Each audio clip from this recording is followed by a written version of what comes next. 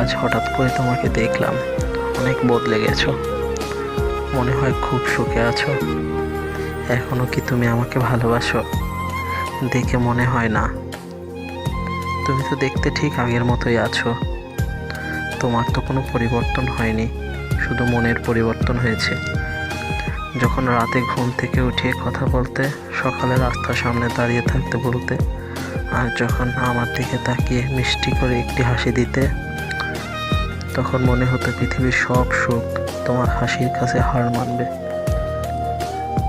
তোমার দেওয়া সেই গোলাপটি আজও আছে আমার ডায়েরির ভিতরে।